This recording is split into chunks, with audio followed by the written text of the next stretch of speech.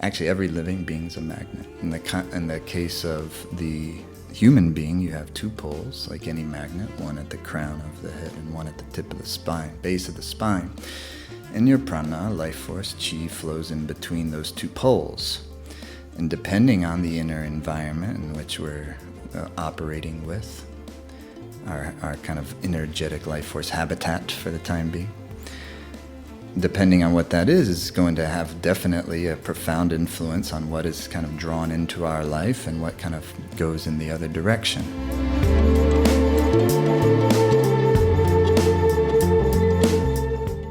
When we're talking magnetism and about, or whether that's like cultivating magnetism, or even just what is magnetism and why should I care even?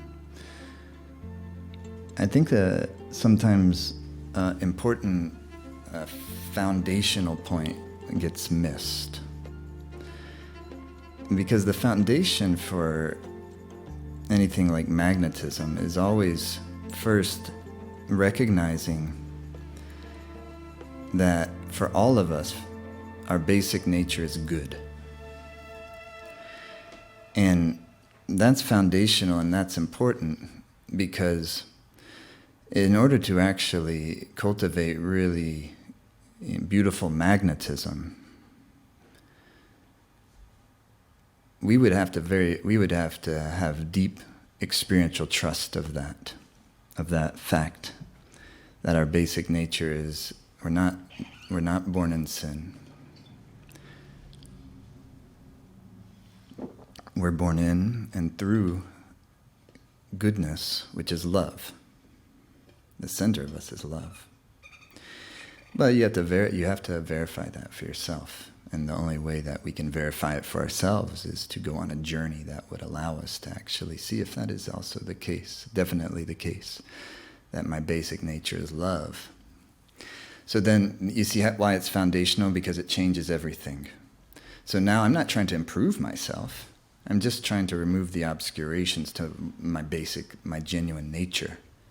It's a very different concept than trying to create something that's not there, or to pull on something from the outside of us. But rather, instead, it's not pulling anything from the outside of us, definitely. Yes, it'll affect our experience of what is drawn into us, into our lives, and what is pushed away. That's how magnetism works. Every human being is a magnet. Actually, every living being is a magnet. In the case of the human being, you have two poles, like any magnet, one at the crown of the head and one at the tip of the spine, base of the spine. And your prana, life force, chi, flows in between those two poles. And depending on the inner environment in which we're operating with, our kind of energetic life force habitat for the time being, depending on what that is going to have definitely a profound influence on what is kind of drawn into our life and what kind of goes in the other direction. Sometimes there's things that are drawn into our life which we were not desiring, but they're coming, difficult circumstances. And then also sometimes there's things that are repelled away from us and we just wish they would stay. You know what I mean? So this is magnetism. And so this is what we could think of as Dharma magnetism, though, because the endeavor in the Kundalini yoga practice is to create a neutralization of the psyche so that the things that are naturally drawn into your life is a result of more of your basic goodness being alive. And the things that move away are also a result of that love intelligence. Because otherwise, and this is true for all of us in all of these, we have some of all of it really. But the subconscious mental, emotional, and desire patterns are also magnetic. So you have the magnetism of your real deep nature. And then there's the magnetism of the mental, subconscious, emotional, feeling, desiring patterns. And this is that's how we might describe it in a Western psychology semantic, but how we might describe it more in the Eastern way is this is our karmas. That's what they are. Is the deep matrix of conditions, and whether that's conditions from this lifetime or conditions from who knows, the mystery of lifetimes of lifetimes of lifetimes. More and more to come after this one. It's not like this is the only one, is the basic idea. And it's not saying, and it's not, well, prove it. It's not about proving anything. It's about trying to understand life in a way that makes sense for us and helps us to be good people. And helps us to have a deeper understanding of the predicament that we find ourselves in. And gives us, and not in some, there's only one way to understand it. There's many ways to understand it, but they all lead to the same place ultimately, and that's the experience of love. And so all the paths have so much in common, but there's going to be plenty of differences, because there's plenty of cultures and plenty of ideas and plenty of different ways to produce richness. But sometimes when we get over intellectual, we feel like, well, if that's the way, that can't be the way. It doesn't work like that. It's much more of an art. It's a dance, this creation.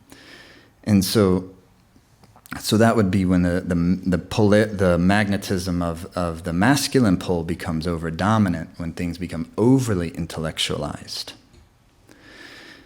And then also, of course, things can be out of balance in either way. Our experience on this planet, however, for the last however many years, has an over-dominance of the masculine pole. And so Mother Nature will come in and make a course correction eventually. That's how she works. She is magnetism. Tides come in, the tides go out. Things go a little too far in this way, there's going to be a balancing effect at some point that takes place. But that won't always be easy, of course. But do you see what I mean? That's why yoga practice and meditation practice not always easy, because it's going to take you through things. And it doesn't settle for anything other than your depth. And because it doesn't settle, I'm not talking about a person, I'm talking about the energy experience of ourselves. When we make contact with our true heart, the heart will never settle. The true heart will never settle for anything other than what is in harmony with it. And so to go on the journey to bring your whole mind in harmony with your heart is a journey. But there's no rush. We're not uptight. We're not doing anything we don't want to do. We're just saying, I want to experience more bliss. I want to experience more happiness. I want to experience deeper love. I am not going to settle in this lifetime for anything other than deep love, so that when it comes to the end of this lifetime, I feel ready to go. Because it will eventually come to the ending of this lifetime. But that's the most convenient thing to never pay attention to. Because most of the time, it's not put in our face. And in Western culture, we put the people who are about to die in like separate homes. There's functionality to that. Of course, it's not like it's a horrible thing to do necessarily. That's the structure that, it's like when we lose our wisdom cultures, we all experience the impact of that. When you lose the richness of wisdom culture, which have been cultivated over thousands of years all across the planet with all the indigenous cultures. So that's among so many tragedies, the great tragedy of the colonization of the world. Man, that makes everyone suffer. Not just those who are suffering the most because they're the ones in direct direct fire of colonization, the direct violence of colonization. The colonizers suffer first and foremost because to kill someone's wisdom culture is a terrible thing. This is what sustains life on earth. This is what allows people to be happy. All included. Real wisdom culture is always dharma. So even though it may originate in one culture, it will spread everywhere without any concept of boundary. That's why so many of us benefiting in this time from things like Ayurveda, which grew out of ancient India, and the extraordinary wisdom culture that had been developed over thousands of years with unfathomable richness, so far beyond any sort of wealth. Someone, Elon Musk, and who gives a fuck? All love to that brother, whatever. I don't really care. Who cares how much money the dude has?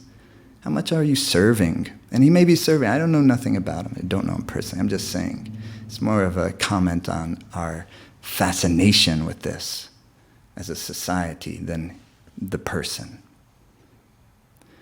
How much love do you have? That's what I'm interested in. And it starts with me. And so if I hold myself to that standard, also, we can hold each other to that standard because that will come out of love. And not out of pretentiousness and judgments, but out of just caring for each other regardless of the boundaries that separate us, such as whether it's our ethnicity, whether it's our skin, whether it's our language, whether it's our religion, whether you're in my family or you're not in my family, or you're the part of the family I like and that's the part of the family I don't like. We're real good at creating all ways of turning friends into enemies and enemies into friends. It's magnetism. It's all magnetism. And when we get so hypnotized by our own hatreds and so hypnotized by our own biases, we're just a puppet of subconscious magnetism. So fucking repelled by this, and you can't think for yourself. So hypnotically attracted to it that you can't think for yourself. This is the glory of yoga practice. Neutralize the psyche. Heart will open. And you'll still, don't worry. You will not lose your opinions. But we won't be puppets of them. And that's the same thing we're doing when we're using, for instance, astrology. Astrology is the study of magnetism and how your karmas, your magnets, essentially, are positioned and how you can decode them through the natal horoscope. And you look at the Navgraha, they call in Vedic astrology, the 9 planets. They're not all planets, the 9 kind of astral forces, where you have Saturn, Jupiter, Mars, Venus, Mercury, Sun, Moon, and then the 2 ecliptic nodes of the moon, Rahu and Ketu. And then you can get great insight that will reflect back to you if you just study your own horoscope. Forget other people's first. Not to make predictions for your life, but to just see if you can understand your unique psyche. That's the beauty of it. That it shows you your own biases. And then when you can see that in a depersonalized way, now you're less gripped by its hypnotic energy. And you recognize that's just my opinion. It's just my bias, because that's how the lens through, since the time I was born and in this body, that's essentially the lens that I've seen life through. It has a certain color. But that color is temporary and it's illusory, because anything that is not infinite in nature is illusory in nature. Meaning illusion in the sense that it comes and then it goes. what is it that remains a constant? That is what the yogi is trying to discover. And in order to make any type of discovery in that way, you will need neutralization of the psyche. So you're not so hypnotically drawn to your desire. Not drawn is the wrong word. You're not as hypnotically controlled by your desires. You can feel your desires without knowing that you can safely feel your desires because you know you have the wisdom to allow that desire to blossom in a fruitful and harmonious way in your life. Or you have also equally the power to discard that desire if you determine for yourself that this would not create harmony in my life. These are the decisions we're making all the time. And so that's one of the reasons we squash our desires, and we're scared to let our desires really be felt. And so they get suppressed. And we end up being like shook up Pepsi soda bottles. Sorry, I never mean to give accidental advertisement for Pepsi. Don't drink that shit. So, but you understand what I mean? Because we're fragile and vulnerable in terms of our ability to feel the desire without it overtaking us. But if you're working with your magnetism, you're working with your life force, and you're fairly consistently come to a Life Force Academy class a couple times a week, neutralize the energy, then over time what ends up, and even better, you have a little practice that goes with it each day. But hey, whatever. Everyone has different ways of how they're going to practice, how they're going to integrate it into their life.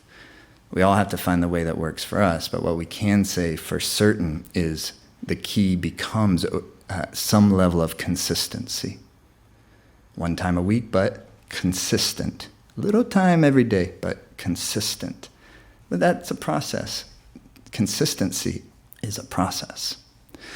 So anyhow, when you gain enough of that type of magnetic strength, we could call it, a strength of the electromagnetic field, which will be also reflected in strength of your nervous system and balance of your glandular system. Making sense? Then you can more safely feel all the emotional energies because you know you're not going to be pummeled by their waves. You know? It's like when you're a little kid in the ocean, it's like, I'm not going out there, man, I'll get... But then you grow. You get a little bigger. You mature. And then you know, well, yeah, that's going to be a motherfucker of a wave, but I can totally feel it. In fact, I have to feel it because otherwise I'll never get its medicine. And then it gets stuffed down. And then it distorts my lens and personality. And I have trouble knowing what's real and what's not real. See, that's what makes yoga simple. The whole idea, magnetism, simple. What makes it all complicated is the facets of the psyche and the deep, deep matrix of the mind and the body. And for us to just be us and to experience the depth of what we are and to dwell in it. That's why it's all worth it, because more and more we're able to do that. So we're willing to do the work because the nectar is so sweet that it just makes it eventually makes the inconvenience of what we have to do consistently. It makes that, no big deal. Why wouldn't I do it? And still, of course, you have your days that, but you're going to do it because it's like, why wouldn't I want to feel that good? I'm not saying don't get me wrong, I'm not preaching some one way of doing something. I'm just trying to frame the path of consistency as more of a love affair, more of something you're courting, and less of something that's more mechanical in nature. So it's called prioritization of your heart, prioritization of your real, genuine self. To make sure that we're taking the time to get that to be more and more and more and more alive in our life. It's like, when Michelangelo was creating the statue of David, the way he said that was he was liberating David from the rock. And that's what we're doing as yogis. You're liberating the deity of you, the majestic you, the you that you also experience when we die.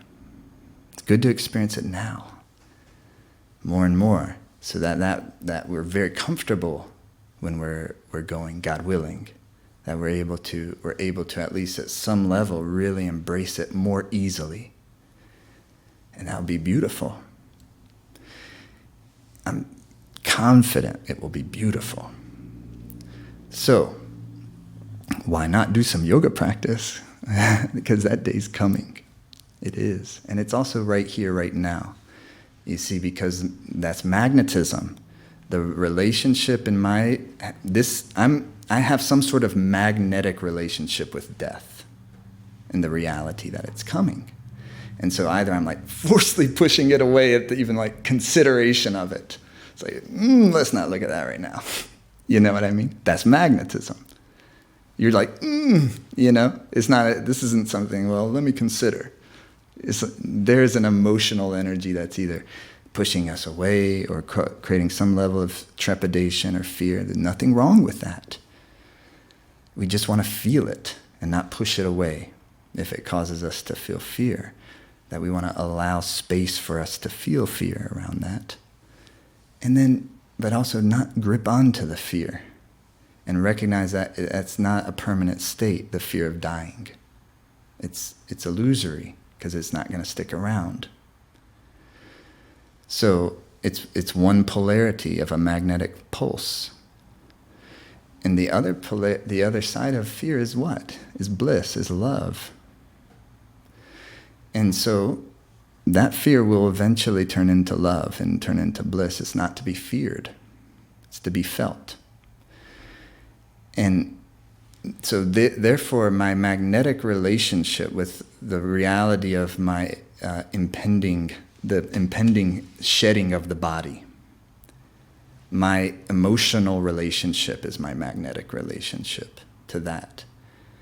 Very much has influence in how I live today.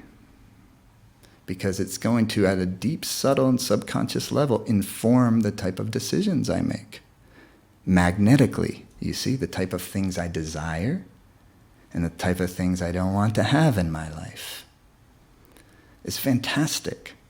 So when you start to recognize that I can modify this force of magnetism by working with my fears, by cultivating love, and by discovering how to be happy and enjoy life, regardless of if it's an uptime or a downtime. Because there's already karmas doing all of that. That's not worth worrying about, even though we will. The more you get shunya, neutralization of the magnetism, the less worrying the mind will be. There's a deeper trust that starts to be gained, because what happens when you neutralize your magnetism? You neutralize the psyche. You come into a meditative space, and everything, you can feel it. There's no thoughts really. There's just a vibe. It recalibrates everything. And it helps us to really perceive that which is harmonious for us. Because we'll feel our inspiration. And we'll feel without charge and excess electricity what doesn't work for us. And that allows us to be guided by our intuitive psyche, our intuitive creativity. So that's why as more that you're working to help to clear the residue of the subconscious, which is what we're going to be doing here tonight. The more you clear the residue of subconscious patterns, the more your intuitive force works for you in your life. Those two go together, magnetism. And then life becomes more prosperous because we are creating a type of energetic or life force environment that we could call dharmically magnetic, because we're very aware of our basic good nature, and now through our experience, we are very much verifying that on a day in and day out basis. It's not a question.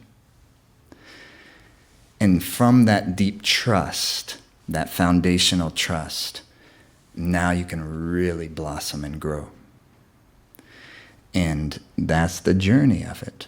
And so it's a beautiful thing. So I think it's worthwhile sometimes to kind of unpack it. What do we mean when we say magnetism? Always being drawn to something, always being repelled. We want the deeper dharmic energy of our life, the deeper purposeful energy of our life to be that which is kind of the force of attraction. And also that which, we say repel, you could just say creates a boundary. Because our life force is precious. We only have so many breaths here. Ain't gonna waste my time. But I am gonna enjoy and love. But our boundaries create protective energy for our pursuit of real love, pursuit of real compassion. Cool? Let's tune in and let's move our bodies. Hey, thanks for watching on YouTube. Best easy way to stay in touch with us. Hit the subscribe button here. You'll see our videos when they come up. If you enjoyed this one, hit the like button. It'll help more people see it, help the channel grow. I appreciate you watching.